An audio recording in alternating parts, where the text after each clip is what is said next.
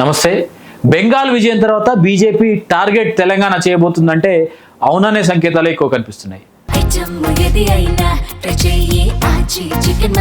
ఆచి చికెన్ మసాలా రేపటి ప్రధానమంత్రి బహిరంగ సమావేశం సందర్భంగా ఈ విషయం మరింత స్పష్టం కాబోతోంది. ఇప్పటికే బీజేపీ ఈ అంశానికి సంబంధించి గడిచిన 10 ఏళ్లలో అత్యంత క్రియాశీలమైన కార్యాచరణ ప్రారంభించింది. అందులో బీజేపీ నాయకులు కార్యకర్తలు మాత్రమే కాదు, ఆర్ఎస్ఎస్ కూడా క్రియాశీల పాత్ర పోషించబోతోంది. 32 ఆర్ఎస్ఎస్ అనుబంధ సంఘాలు టార్గెట్ 2028 తెలంగాణ అంశంగా పనిచేస్తున్నాయి. 7,000 మంది క్రియాశీల ఆర్ఎస్ఎస్ కార్యకర్తలు, వాలంటీర్స్ వీరంతా కూడా ఇప్పటికే గ్రౌండ్ లెవెల్లో తమ పనిని ప్రారంభించారన్న స్పష్టమైన సమాచారం తెలుస్తోంది. బీజేపీ ఎట్టి పరిస్థితుల్లోనూ ఈసారి తెలంగాణలో అధికారంలోకి రావడమే లక్ష్యంగా పనిచేయబోతున్న విషయం తెలుస్తుంది. దీనికి సంబంధించి బీజేపీ ఏం చేయబోతుంది, ఎలా కార్యాచరణ రూపొందించుకోబోతుంది అనే విషయాన్ని ఒకసారి చూద్దాం. భారతీయ జనతా పార్టీ అధికారంలో లేని రాష్ట్రాల్లో, అధికారంలో రావడానికి అవకాశం లేని రాష్ట్రాల్లో సైతం తాము అధికారంలోకి ఎలా రాగలమో చేసి చూపించారు. కమ్యూనిస్టుల ప్రాబల్యం ఉన్న త్రిపుర, వెస్ట్ బెంగాల్లో కూడా ఇప్పుడు వారే పరిపాలిస్తున్న పరిస్థితి కనిపిస్తోంది. ఇది ఎలా సాధ్యమవుతుందంటే బీజేపీకి ఉండే ఒక మెటిక్యులస్ ప్లానింగ్. దీన్ని అంచెలంచెలుగా వారు రూపొందించుకుంటారు. కార్యాచరణ విషయంలో ఎలాంటి కాంప్రమైజు కారు.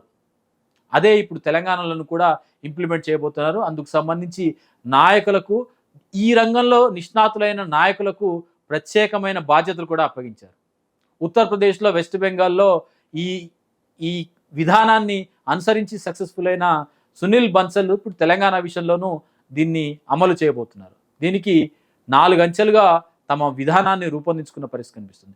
మొట్టమొదటిది నెరేషన్ బిల్డ్ చేయడం.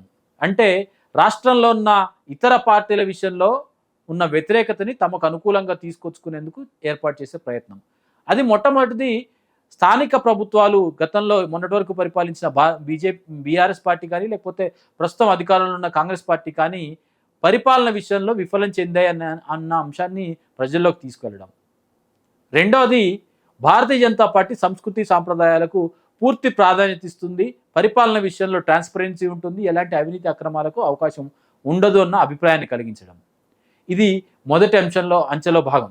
రెండోది, కేంద్ర ప్రభుత్వ సహకారం ఉంటే రాష్ట్రం అభివృద్ధి చెందుతుంది. బీజేపీ జాతీయ నాయకత్వాన్ని నమ్మండి, మోడీ పరిపాలనలోనే అంతా మంచి జరుగుతుందని నెరేషన్ ఇవ్వడం. అందుకోసం రేపటి బీజేపీ మోడీ సమావేశాన్ని వారు వినియోగించుకునే అవకాశం కనిపిస్తుంది. ప్రధానమంత్రి పబ్లిక్ మీటింగ్ కంటే ముందుగానే అనేక ప్రాజెక్టులని ప్రారంభించబోతున్నారు. సుమారు 10,000 కోట్ల రూపాయలకు పైగా వర్తుండే జాతీయ ప్రాజెక్టులను ప్రధానమంత్రి ప్రారంభించబోతున్నారు. దాంట్లో ఎయిమ్స్లో అనేక ఫెసిలిటీస్ కానీ, లేకపోతే రైల్వే లైన్ల పునరుద్ధరణ కానీ, లేకపోతే పెట్రోలియం టెర్మినల్ని ఏర్పాటు చేయడము, మహబూబ్ నగర్ నుంచి జాతీయ రహదారుల అభివృద్ధి చేయడం, ఇలా అనేక ప్రాజెక్టులన్నీ కూడా లాంచ్ చేసే క్రమంలో ప్రధానమంత్రి అక్కడ మాట్లాడబోతున్నారు. కేంద్ర ప్రభుత్వం తెలంగాణ అభివృద్ధికి పూర్తి స్థాయి సహకారాన్ని అందిస్తూ ఉందని, భవిష్యత్తులో ఇంకా అందించడానికి సిద్ధంగా ఉందని చెప్పడం ద్వారా ఒక ఆశను కల్పించే ప్రయత్నం బీజేపీ చేస్తుంది. ఇక మూడవది, అత్యంత కీలకమైనది, భారతీయ జనతా పార్టీ నాయకత్వం పట్ల ప్రజలకు నమ్మకం కలిగించడం.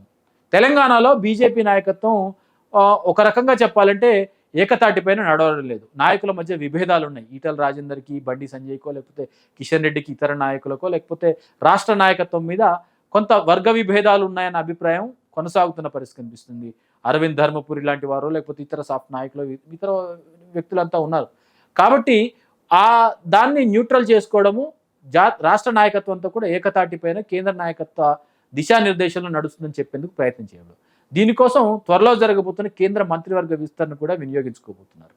రాష్ట్రంలో క్రియాశీల రాజకీయాల్లో ఉండి సమర్థులైన 8 మంది ఎంపీలు ఉన్నారు.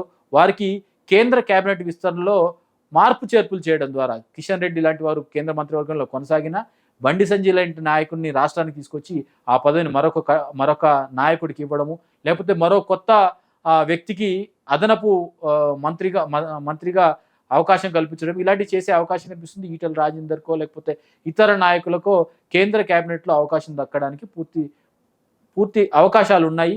ఆ మేరకు రాష్ట్రంలో బీజేపీ మరింత బలపడడానికి, రాష్ట్ర నాయకుల మధ్య ఉన్న విభేదాలను తొలగించుకోవడానికి అవకాశం కనిపిస్తోంది. దీంతో పాటుగా జాతీయ పార్టీలోనూ, లేకపోతే రాష్ట్ర స్థాయిలోనూ వారికి పదవులు కల్పించి బాధ్యతలు దిశానిర్దేశం చేస్తారు.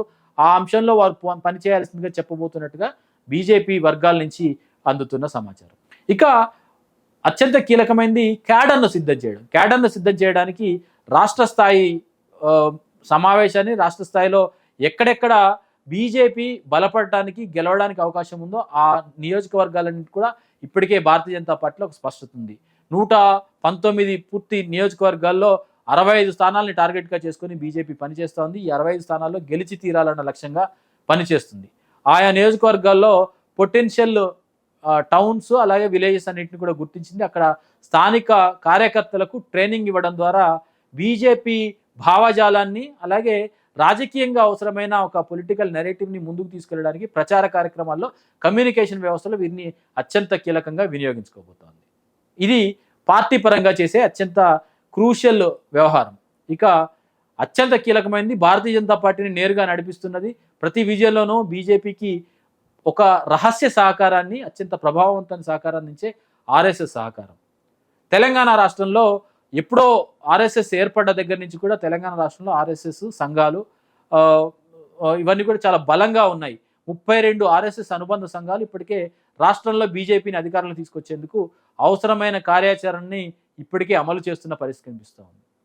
ఎవరైతే ఒపీనియన్ లీడర్స్ ఉంటారో వారందరినీ కూడా ప్రభావితం చేయడము, వారందరినీ కూడా బీజేపీకి అనుకూలంగా తీసుకురావడం, వారి వాయిస్ని ప్రజల్లోకి తీసుకెళ్లేందుకు ప్రయత్నాలు చేయడం, ఇన్ఫ్లుయెన్స్ అందరినీ కూడా వీరు ప్రయత్నం చేస్తున్నారు. ఆ మేరకు ఆర్ఎస్ఎస్ ఒక రహస్యమైన ఒక సమర్థవంతమైన పనిని కొనసాగిస్తున్నట్టుగా సమాచారం తెలుస్తుంది. 7,000 మంది క్రియాశీల కార్యకర్తలు అదే పనిలో మునకలై ఉన్న విషయాన్ని కూడా బీజేపీ నాయకులే స్వయంగా చెప్తున్న పరిస్థితి కనిపిస్తుంది. ఇక అత్యంత కీలకమైనది ఎన్నికల నాటికి క్రూషియల్ అయిన పొలిటికల్ స్ట్రాటజీ. ఈ పొలిటికల్ స్ట్రాటజీలో రాష్ట్ర ప్రభుత్వ వైఫల్యాలను ఎండగట్టడం, అవసరమైతే అనేక విషయాల్లో న్యాయస్థానాల్లోనో కోర్టుల్లోనో కేంద్ర ప్రభుత్వ విచారణ సంస్థల ద్వారా విచారణ చేయడం ద్వారా ఆయా అంశాల్లో స్థానికంగా ఉన్న వైఫల్యాలనో లేకపోతే ప్రజల్లో ఉండే కొన్ని అనుమానాలను మరింత బహిర్గతం చేసేందుకు బీజేపీ ప్రయత్నం చేస్తూ ఉంటుంది. ఇతర రాష్ట్రాల్లో కూడా అదే విషయం, అంటే దాని వెనకాల మొత్తము నెగిటివే ఉందని చెప్పడం కాదు, కానీ ఆయా విషయాల్లో విచారణ జరగాల్సిన అవసరాన్ని ఆవశ్యకతని బీజేపీ ప్రజలకు చెప్పడం ద్వారా స్థానిక ప్రభుత్వాల వైఫల్యాన్ని ఎండగట్టేందుకు ప్రయత్నం చేస్తుంది. తెలంగాణ రాష్ట్రంలో ప్రస్తుతం అధికారంలో కాంగ్రెస్ ఉంటే ప్రతిపక్షంగా బీఆర్ఎస్ పార్టీ ఉంది. బీఆర్ఎస్ పార్టీ పైన వస్తున్న ఒక సానుకూలతని న్యూట్రలైజ్ చేయడం కూడా బీజేపీ ముందున్న మరొక టార్గెట్. ఆ నేపథ్యంలోనే బీఆర్ఎస్ పార్టీలో పార్టీ పరంగా వ్యక్తిగతంగా ఉన్న ఒక కుటుంబంలోని విభేదాలను వారు వినియోగించుకునే అవకాశం కనిపిస్తోంది. కుటుంబ పాలన లక్ష్యంగానే మాత్రమే గడిచిన 10 ఏళ్లలో పరిపాలన కొనసాగిందని చెప్పే విషయంలో కేసీఆర్కి పూర్తి స్థాయిలో పరిపాలనల విషయంలో ఒక అవగాహన కలిగి ఉన్నప్పటికీ కూడా స్వార్థపూరితమైన రాజకీయం చేశారన్న ప్రచారం చేయడంలోనూ బీఆర్ఎస్ టార్గెట్గా పనిచేసే అవకాశం కనిపిస్తోంది. వీటన్నిటికీ అదనంగా మేము సమర్థవంతమైన నాయకత్వాన్ని కల్పిస్తామని చెప్పేందుకు కేసీఆర్, రేవంత్ రెడ్డిలకు ధీటైన ఒక చెరిష్మాటిక్ ఫిగర్ని తీసుకొచ్చే ప్రయత్నం చేస్తుంది. ఆ వెతుకులాట్లో ఉంది. బండి సంజయ్ లాంటి కొంచెం అగ్రెసివ్ లీడర్ని, అంటే వారి స్థాయి నాయకులు అని చెప్పే ప్రయత్నం కాదు, కానీ బీజేపీ అభిప్రాయాన్ని సమర్థవంతంగా ప్రజల్లోకి తీసుకెళ్ళడం, కొంచెం అగ్రెసివ్గా ముందుకు వెళ్ళే నాయకుల కోసం అయితే బీజేపీ పార్టీ ప్రయత్నం చేస్తోంది. కేంద్ర నాయకత్వం నరేంద్ర మోడీ, అమిత్ షాలు నేరుగా పర్యవేక్షణ చేస్తున్నారు అన్న నమ్మకాన్ని కార్యకర్తలు కల్పించడం ద్వారా అధికారులకు రావడం అసాధ్యమేమీ కాదు అన్న నమ్మకాన్ని వాళ్ళు కల్పించేందుకు ప్రయత్నం చేస్తుంది. ఈ మల్టీ లేయర్ వ్యూహం ద్వారా బీజేపీ టార్గెట్ 2028 మిషన్ 2028 తెలంగాణ అన్న పేరుతో వారు అధికారంలోకి వచ్చేందుకు ప్రయత్నాలు కొనసాగుతున్నాయి. ఆచి చికెన్ మసాలా.